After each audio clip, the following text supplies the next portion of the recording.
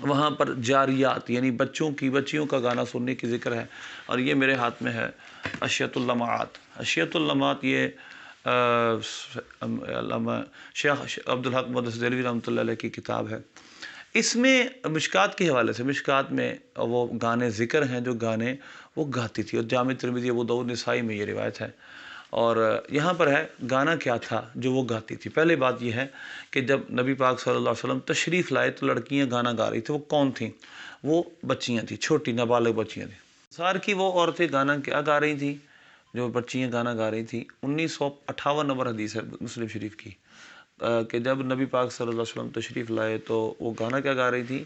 تقابلت الانصار یوم بعاث قالت ولیستا بمغنیتین فقال ابو بکر رضی اللہ عنہ، یعنی وہ عورتیں جو تھیں وہ پروفیشنل کو گانے والی نہیں تھیں، وہ بچیاں عام گانے والی تھیں، یعنی مطلب ہے خوشی کے موقع تھا تو وہ بچیاں اکٹھے ہو کر انصار کی جنگ بعاث کا ذکر کر رہی تھیں۔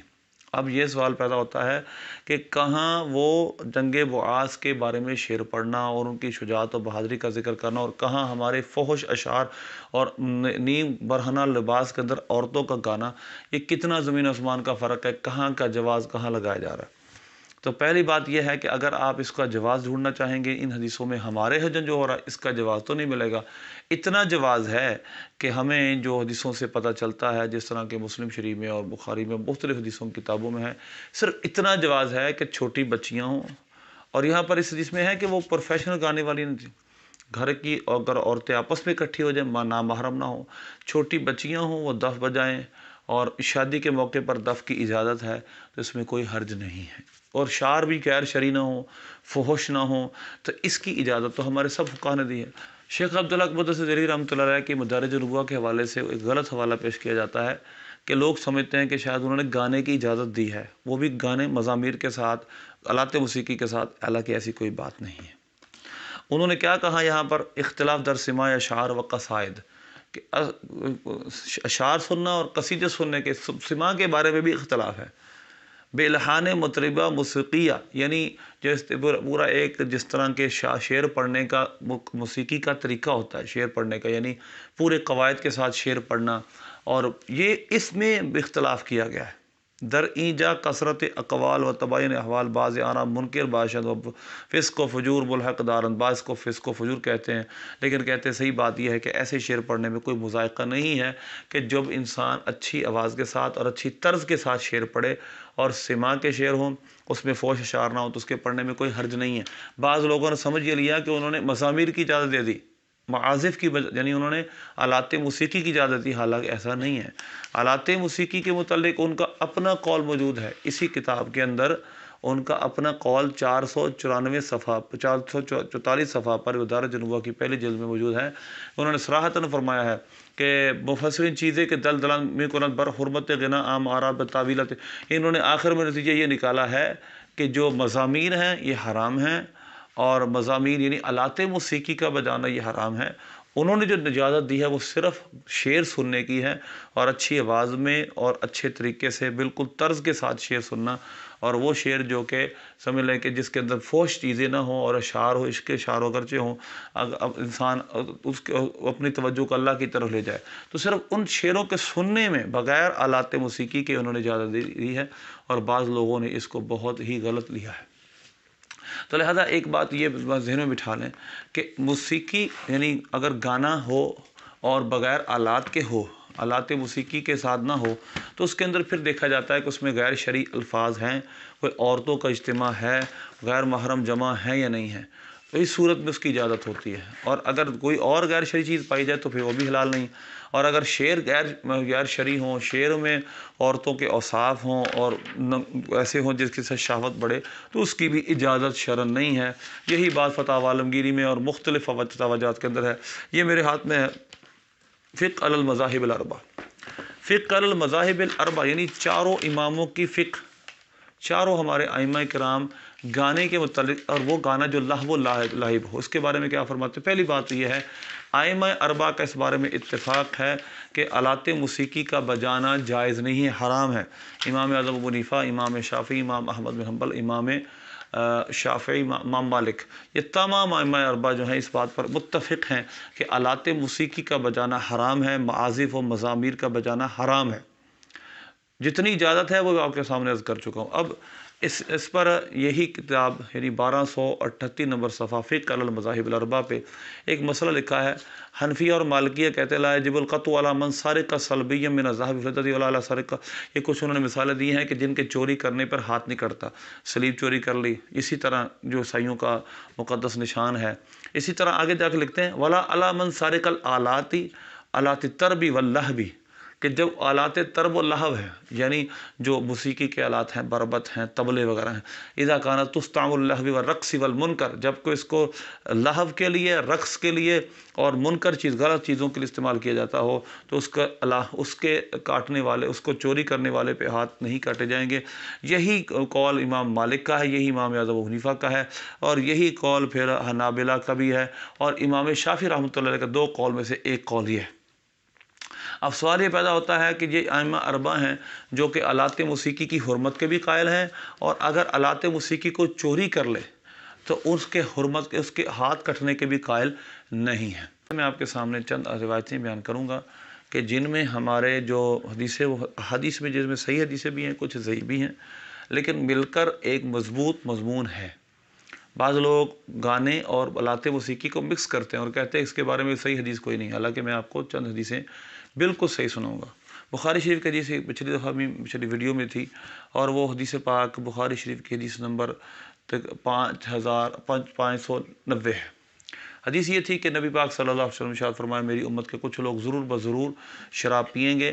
اور پھر فرمایا تھا کہ وہ حر اور حریر کو، یعنی حر اور حریر، زنا اور حریر کو اپنے اوپر حلال کر لیں گے، یعنی ریشم کو۔ اور پھر آپ صلی اللہ علیہ وسلم ارشاد فرمایا تھا اور خمر اور معازف، یعنی خمر کہتے ہیں شراب کو، معازف کہتے ہیں گانے باجے کے آلات کو، گانے باجے کے آلات اپنے اوپر حلال کر لیں گے۔ اور فرمایا وَلَا يَنزِلَنَّ أَقْوَامٌ إِلَىٰ جَنبِ عَلَمٍ، اسی طرح یہ ایک قوم ضرور بضرور ایک پہاڑ کے کنارے اترے گی، یروح علیہم بصارحۃ لہم یاتیہم لحاجۃ، کیا ہوگا، وہ اپنے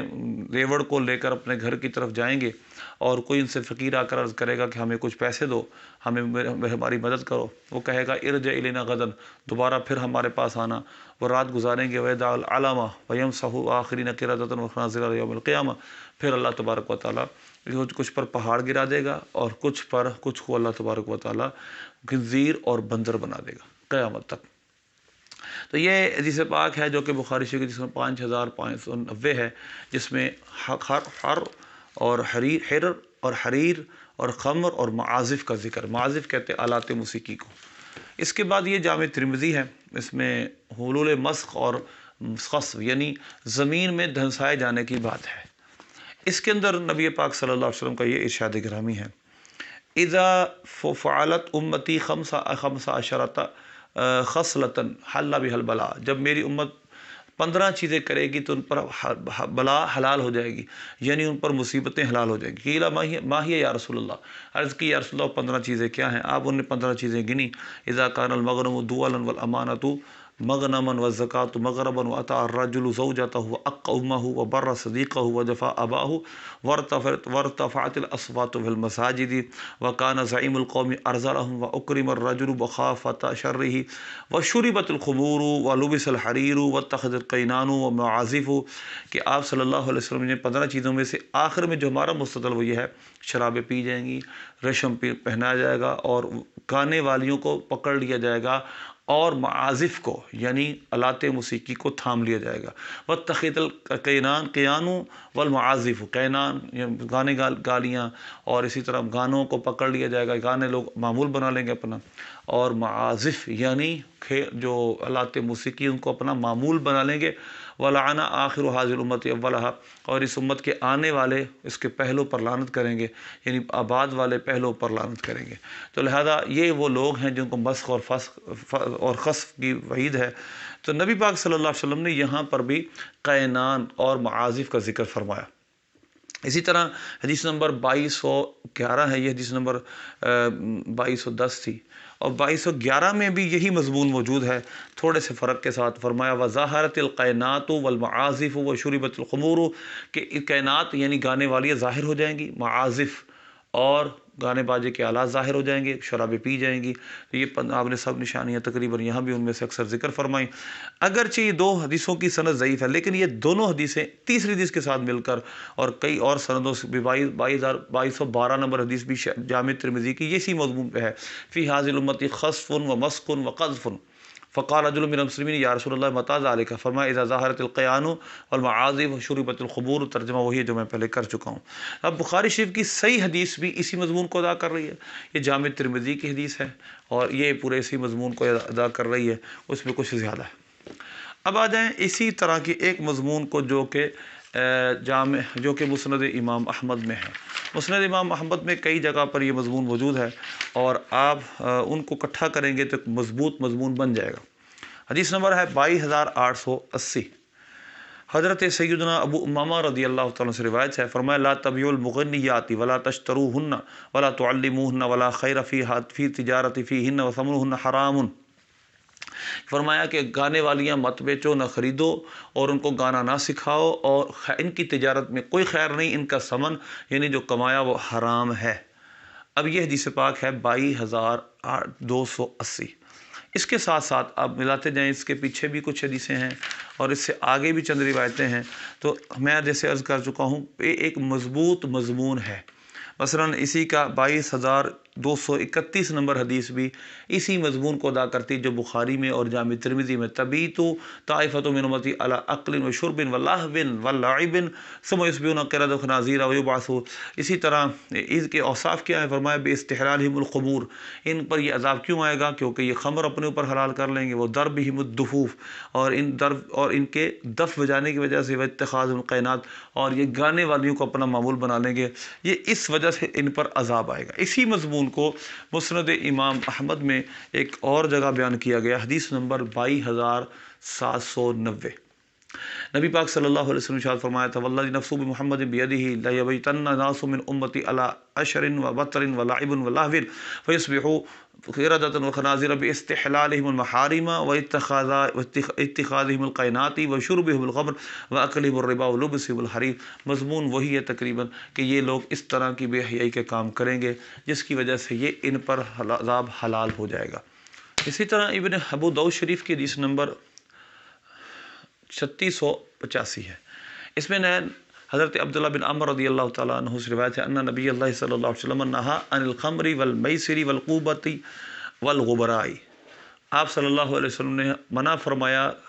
خمر سے یعنی شراب سے، میسر جوئے سے، قوبہ طبل سے، والغبراء اور اسی طرح غبرہ ایک قسم کی شراب ہے جس کو سل سے خمر یعنی بہت زہریلی قسم کی شراب تھی، تو نبی پاک صلی اللہ علیہ وسلم نے اس حدیث میں بھی طبل سے بھی یعنی قوبہ سے منع فرمایا۔ اسی طرح بہت ساری روایتیں اس بارے میں اور بھی ہیں، میں چند روایتیں صرف آپ کے سامنے بیان کرتا ہوں کہ جو اس مضمون کو بیان کرتی ہیں، اور اس میں صراحتاً انہی چیزوں کا ذکر ہے کہ ہمیں اس سے منع کیا گیا گانے طبل وغیرہ سے۔ مثلا دیکھیں یہ حدیث شریف ہے سنن کبریٰ امام بہقی کی، ابن عباس رضی اللہ عنہ سے روایت ہے، نبی پاک صلی اللہ علیہ وسلم سے روایت کرتے ہیں ان اللہ تبارک و تعالی حرم علیکم الخمر والمیسر والقوبۃ، اللہ تبارک و تعالی نے تم پر خمر یعنی شراب، جوا اور قوبہ یعنی طبل حرام فرمایا ہے، اور صراحت وکل مسکر حرام، اور ہر نشاور حرام ہے۔ اس کے بعد قبض المال کی ایک حدیث ہے، حضرت انس بن مالک رضی اللہ تعالیٰ فرماتے ہیں من قعد الی قینۃ یستمع منہا، جو کسی گانے والے کے پاس بیٹھ کر گانا سنے، صب اللہ فی اذنہ العناق یوم القیامہ، صب اللہ فی اذنہ العناق یوم القیامہ، قیامت کے دن اللہ اس کے کانوں میں سیسا پگھلا کر ڈالے گا۔ اتنی سخت وعید ہے اس بارے میں۔ اسی طرح مسند امام احمد بن حنبل کی ایک حدیث ہے، عبداللہ بن عمر رضی اللہ تعالیٰ عنہ سے روایت ہے،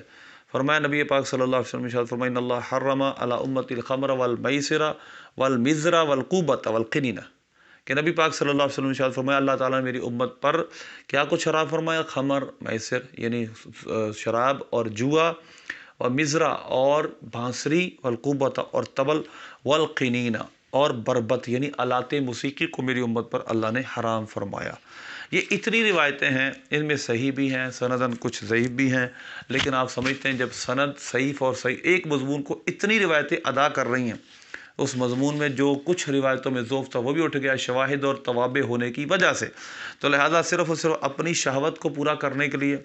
اور اپنے مقصد کو پورا کرنے کے، صرف اپنی خواہش کو پورا کرنے کے لیے اس کو جائز کہنے والے کی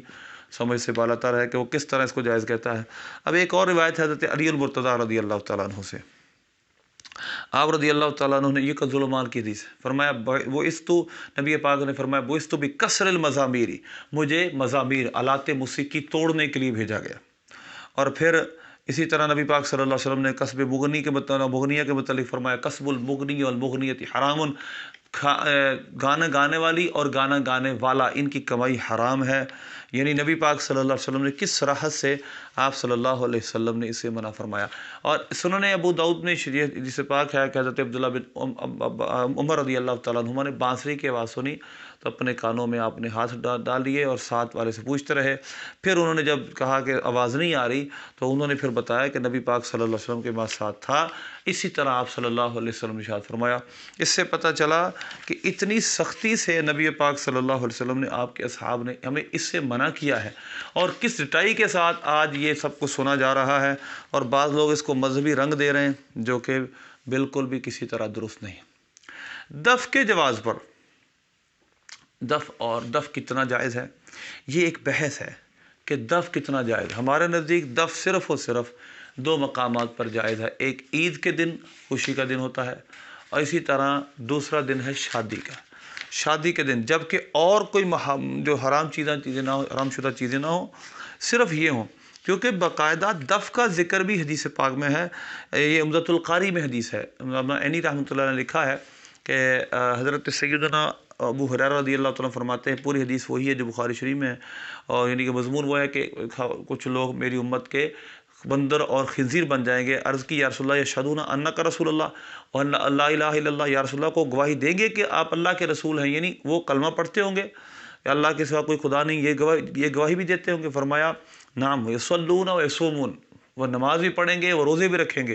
پھر فرمایا وَيَحُجُّونَ، وہ حج بھی کریں گے۔ لیکن فرمایا فما بالہم یا رسول اللہ، عرض کی یا رسول اللہ پھر وہ کیوں جہنم میں، کیوں اس طرح حال ہوگا ان کا، ان کے چہرے کیوں تبدیل کر دیے جائیں گے؟ فرمایا اتخذوا المعازف والقینات والضیوف، کیا کریں گے وہ؟ انہوں نے آلات موسیقی کو، گانے والیوں کو، اسی طرح دف کی جمع دفوف کو، دفوں کو اپنے اوپر انہوں نے پکڑ لی، عادتیں بنا لی، ان کی عادت ہوگی یہ بجانے کی۔ وَيَشْرِبُونَ هَٰذِهِ الْأَشْرِبَةَ، اور وہ یہ شرابیں پیئیں گے۔ فَبَاتُوا عَلَىٰ لَهْوِهِمْ وَشَرَابِهِمْ فَأَصْبَحُوا قِرَدَةً وَخَنَازِيرَ، فرمایا کہ اسی حالت میں رات بسر کریں گے کہ صبح کے وقت اسی اپنے لہو میں، اسی شراب میں رات بسر کریں گے، اور صبح کے وقت وہ بندر اور خنزیر بن چکے ہوں گے۔ روایت ہے کہ قاضی شریح، یہ مصنف ابن ابی شیبہ میں امام بخاری کے استاد لکھتے ہیں، انہ سامع صوت دف، انہوں نے دف کی آواز سنی، فقال فرمایا الملائکۃ لا يدخلون بیتا فیہ دف، جس گھر میں دف ہو اس میں فرشتے داخل نہیں ہوتے۔ تو دف کے متعلق بھی باقاعدہ حدیثیں ہیں منع پر۔ ہاں اب یہ سوال، بعض لوگ دف کے جواز پر جو ایک دلیل نبی پاک صلی اللہ علیہ وسلم کا مدینے میں آنے کا، وہ خوشی کا موقع تھا۔ اسی طرح بعض لوگ شادی کے موقع کی حدیثیں بیان کرتے ہیں، بالکل ہم شادی کے موقع پر دف بجانے کے قائل ہیں، لیکن اس میں باقی شرعی قیودات پائی جائیں گی۔ اور اسی طرح دوسری جو عید کے موقع پر، بالکل عید کے موقع پر بھی دف بجانے کی اجازت ہے، لیکن باقی شرعی قیودات کے ساتھ، کیونکہ نبی پاک صلی اللہ علیہ وسلم نے یہ جو سنایا، بخاری شریف نسائی شریف میں حدیث ہے، آپ صلی اللہ علیہ وسلم سے صحابہ نے مروی کیا، انہوں نے حضرت سیدنا عامر بن سعد رضی اللہ تعالیٰ عنہ فرماتے ہیں، میں قرظہ بن کعب اور ابو مسعود انصاری رضی اللہ تعالیٰ عنہ کے پاس ایک شادی میں حاضر ہوا، وَإِذَا جَوَارٍ، کچھ چھوٹی بچیاں تھیں کہ وہ گانا گا رہی تھیں، اور میں نے کہا کہ تم رسول اللہ کے صحابی ہو اور تمہاری موجودگی میں اہل بدر ہو اور پھر بھی یہ گانا گایا جا رہا ہے۔ انہوں نے فرمایا اجلس ان شئت، اگر چاہتے ہو تو بیٹھ جاؤ، فاسمع منا، ہمارے ساتھ سن لو، وان شئت فاذهب، اگر چاہتے تو چلے جاؤ، قد رخص لنا فی اللہو عند العرس، ہمیں شادی کے موقع پر اس گانے کی اجازت دی گئی ہے۔ اور وہ گانا کون گا رہی تھی؟ چھوٹی بچیاں، مضامین فوش نہیں تھے، یہ سب چیزیں۔ صرف دف ہمیں جو بجانے کی اجازت دی دو موقعوں پر دی گئی ہے، ایک شادی کا موقع ہو، دوسرا عید کا موقع ہو، اور اس کے اندر قیودات ہیں، بچی چھوٹیاں ہوں، فحش اشعار نہ پڑھیں۔ تو لہٰذا ایک بات یاد دیا رہے، یہ ہمارے دور کا جو المیہ ہے وہ یہ ہے کہ اتنی فحش حرکتیں ہوتی ہیں، عورتیں ننگا ناچتی ہیں، اور یہ جو صاحب ہیں، جو کوئی شیخ الاسلام ہے تو کوئی پتہ نہیں کیا کچھ ہے، وہ اجازت ان لوگوں کو ان حدیثوں سے دے رہے ہیں۔ اجازت کس چیز کی ہے؟ ننگا ناچنے کی۔ اجازت کس چیز کی ہے؟ نامحرم عورتوں کا، نامحرم مردوں کے سامنے ننگا ناچنا، گانے گانا، فحش گانے گانا، اور آلات طرب وہ کہ اللہ ہی معاف کرے، دف بھی نہیں، دف سے 500 گنا آگے چیزیں۔ تو اب وہاں پر جواز فراہم کر رہے ہیں یہ میڈیا پر بیٹھ کر یہ لوگ، حیانا و حیاکم، یہ گانا ہے جو نبی پاک صلی اللہ علیہ وسلم نے فرمایا ہے کہ یعنی مطلب یہ ہے کہ آپ نے یہ الفاظ سکھائے، اتیناکم، ہم تمہارے پاس ہے، تم زندہ رہو ہم زندہ رہیں، یعنی نبی پاک صلی اللہ علیہ وسلم یہ دعائیہ اشعار تھے۔ اور انصار کی بچیاں قوم بعاث کے دن جو ان کے شہداء ہوئے تھے، جو ان کے شہید ہوئے تھے، ان کے بارے میں شعر پڑھ رہی تھی۔ اب یہ لگا رہے ہیں ان فوش جو کہ گلوکار آتی ہیں، جو پروفیشنل ہیں، جن کی کمائی سرکار نے حرام فرمائی ہے، اور مسلم شریف کی حدیث میں ہے ان کو گانا بھی صحیح نہیں آتا تھا، وہ جو گا رہی تھیں ان کو گانے کی بھی وہ جو سر لے اس کو نہیں آتی تھی۔ اور یہاں پر کیا ہے، وہ پروفیشنل گانے والیاں فحش قسم کے ڈریسنگ میں، سامنے للچائی نظروں سے دیکھنے والے، قرآن پاک کی آیات ہیں، قُلِ لِلْمُؤْمِنِينَ يَغُضُّوا مِنْ أَبْصَارِهِمْ قُلِ لِلْمُؤْمِنَاتِ يَغْضُضْنَ مِنْ أَبْصَارِهِنَّ۔ یہ تو سب جانتے ہیں کہ خبر واحد کے مقابلے میں قرآن پاک کی آیت کو کس طرح پیش کر سکتا ہے، کوئی قرآن پاک کی آیات کے سامنے خبر واحد کو کس طرح پیش کر سکتا ہے۔ اگر کوئی آگے مضمون لے کے، پہلے ہم کہہ رہے ہیں کہ حدیث اصرار کرتا ہے، اب اصرار کے باوجود بھی دیکھیں قرآن پاک میں اللہ نے فرمایا ہے اپنی نگاہیں جھکا کر رکھو، سامنے فحش عورتیں، سامنے نامحرم عورتیں، ان کو دیکھنا تو قرآن کی روح سے جائز نہیں ہے۔ نبی پاک صلی اللہ علیہ وسلم کے کتنے فرامین ہیں، آپ اپنی ازواج مطہرات کو حضرت عبداللہ بن ام مکتوم رضی اللہ تعالیٰ عنہ کے آنے کے فرماتے ہیں پردہ کر لو۔ تو چھوٹی بچیوں کا، جواریات کا، چھوٹی بچیوں کا گانا، نابالغ کا گانا جن کا پردہ ہی نہیں ہے، ان کو قیاس کیا جا رہا ہے ان گانوں پر جو کہ بڑی عورتیں اور فحش عورتیں گاتی ہیں، اور نیم برہنہ لباس میں گاتی ہیں، فحش اشعار پڑھتی ہیں، شرابیں پی کر سامنے لوگ بیٹھے ہوتے ہیں۔ وہ خدا کا خوف کریں، یہ کون سے شیخ الاسلام ہیں، کون سے لوگوں کو آپ دین کون سا سکھا رہے ہیں؟ یہ سب محدثین کرام نے آلات موسیقی کے متعلق ائمہ اربعہ کا اتفاقی موقف ہے کہ آلات موسیقی حرام ہے۔